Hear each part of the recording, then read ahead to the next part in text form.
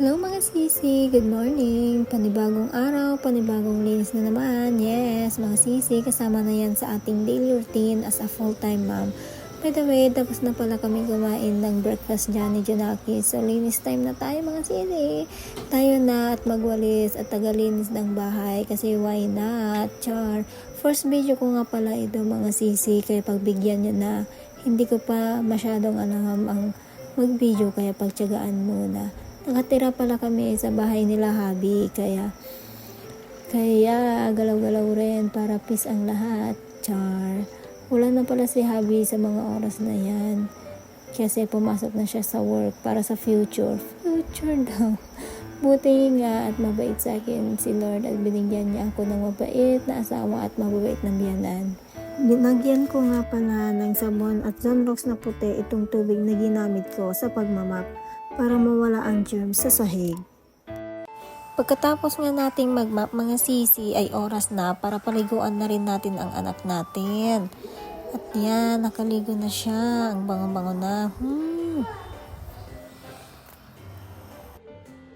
11:30 na ng lunch at dapat kumain na siya.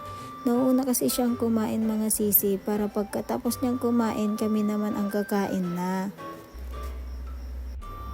At pagkatapos nga namin kumain ay oras naman para patulugin si Junakis. May kasabihan kasi ang mga matatanda na kapag matutulog ang bata sa tanghali ay mas mabilis daw lumaki o tumangkad. Ay naku, makuha na lahat ni Junakis sa akin, wag lang ang height ko.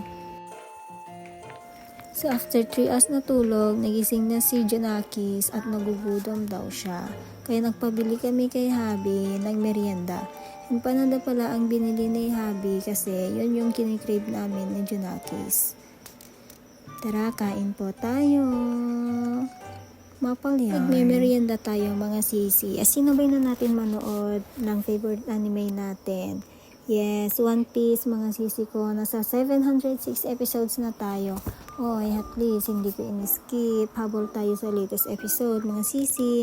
Pagkatapos nga namin magmerienda ni Junakis ay nag-aya na siyang maglaro ng soccer. Styrofoam nga pala ang gamit naming bola mga sisi. Ang saya-saya nga niya dyan. Ang sarap ngang pakinggan ang mga tawa niya. Parang musika sa aking tenga.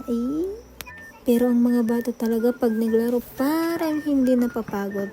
Gaya ng anak ko, pagod na ako dyan, pero sabi niya gusto niya pang maglaro. Napagod na nga kaming maglaro mga sisi. Nagpahinga lang ako ng saglit at naghugas na naman ako ng bote niya. 2 years nga and 6 months nga pala siya ang nag-breastfeed sa akin mga sisi. Malako sana hanggang 3 years kaso hindi na yun pwede. Pagkatapos ng hugasan mga sisi, dapat ini-sterilize sa mainit na tubig.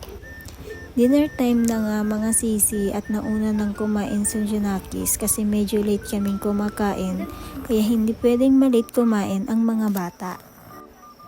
Pagkatapos nga niyang kumain mga sisi ay mabilisang ligo nga lang siya sisi, baka magkasipon kasi ulit siya. Para nga kaming magkapatid ni Junakis dahil sa napakabata ng festlock ko. Char, dahil sa height mo yan girl. At ako naman ang sumunod sisi at kahit nga nakakapagod araw-araw dahil sa mga errands ay hindi pa rin dapat natin kalimutan ang skincare. Skincare life yarn. Char. That's all for today. Bye lang.